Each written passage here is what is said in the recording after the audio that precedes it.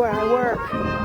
I work at Shellcross Garage. Did you? I do now, yeah. It's a school district property. It's a school district of Philadelphia property, donated by them. Everyone here? All right. Our final one is a man whose last name is Cotman. So when you hear Cotman, what does that mean to you?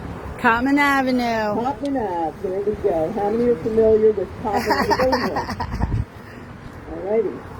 You'll notice in the brochure, if you read it, and when I first saw this, I got so excited because it says that Cotman lived near Cotman and Browse. Yep. I grew up in the 7200 block of Browse at Cotman. So I was pretty excited to learn that. And Fred came across this map, which I will pass around. There are two of them, and it will show you both the Cotman farm, E. Cotman, Edward Cotman, right? And the other one is William. He'll get into more of that. But what's fascinating here, he was born in 1840. He died in 1864. Young man again who died during the war. He was in Company A of the 14th Pennsylvania Cavalry. He died in battle. His name up here, E. Charles Cotman, has his volunteer Company A, 14th PA, etc. Tells where he was killed. His name is here on this monument. His name is also on a tombstone at Trinity Oxford Church on his mother's tombstone.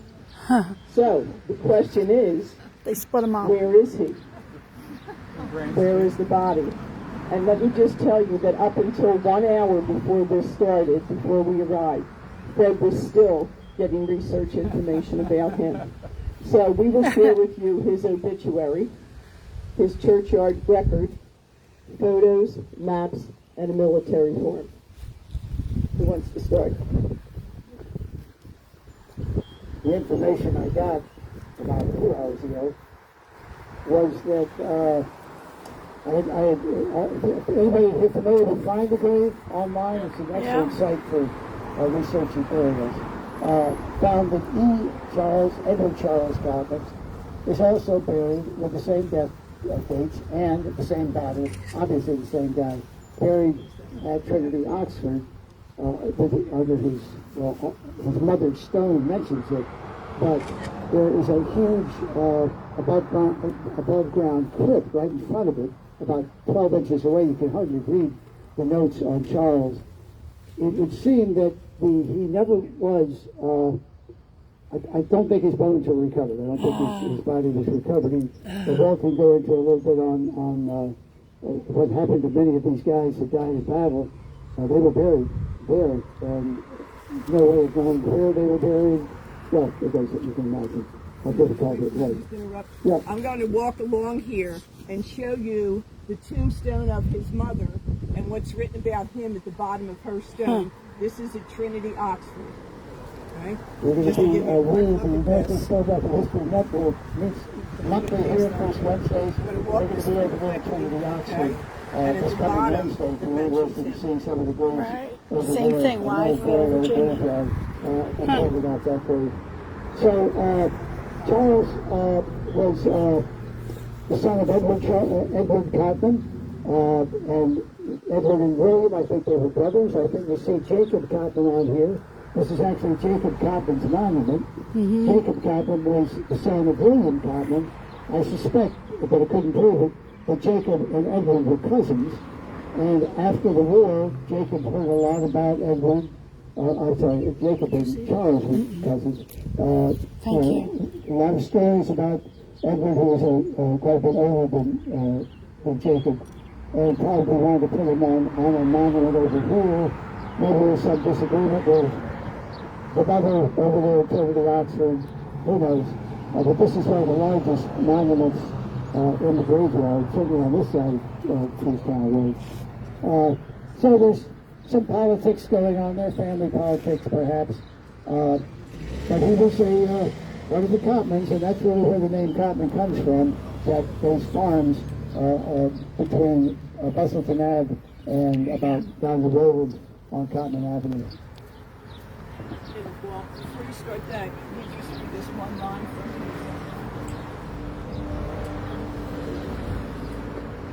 here. In his Oh, I obituary. was going to mention, but yeah. As was mentioned in his obituary, at the very last sentence, should his body be recovered, due notice will be given of the funeral. And there is no record after the fact, military or otherwise, that his body was recovered. And that's not uncommon. Many of you know that. And that is not just in the Civil War, but it was especially during the Civil War.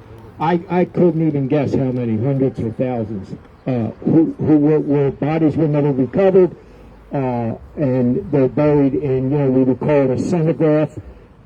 In fact, our Baker Fisher Camp 101, we named, part of it is for Colonel Baker, who we mentioned earlier, and Lieutenant John Fisher from Sellersville, Bucks County.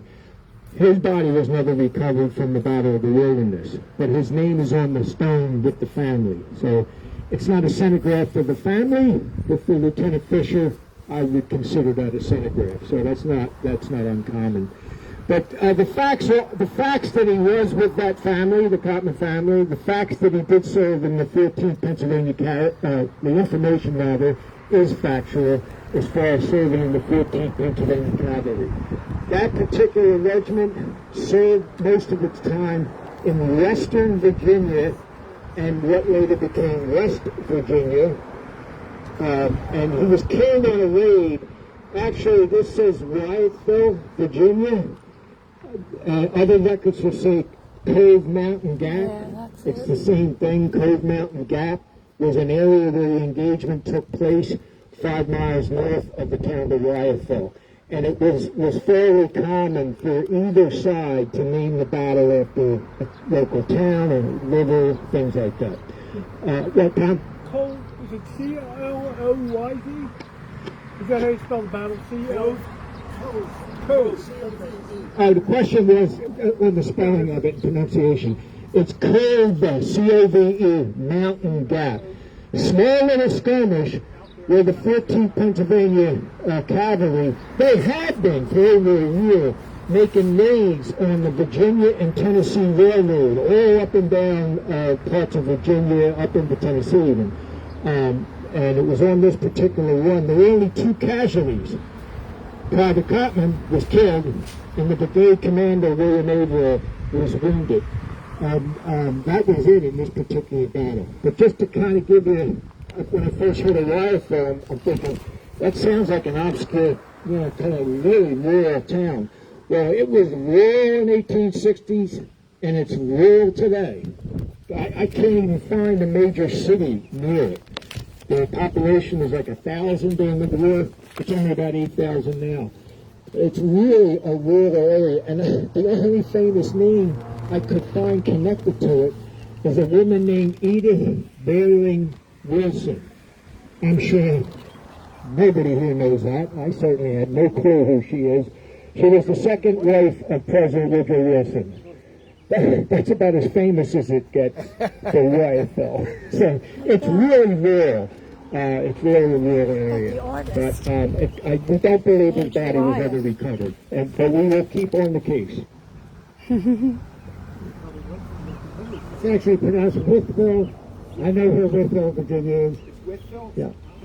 I thought it was like the artist, Andrew Wyeth. But okay, so that wraps it up. We're gonna play taps, but I just want to thank everybody for coming out. We're gonna go back to the meeting house. We're back to the other side of the creek.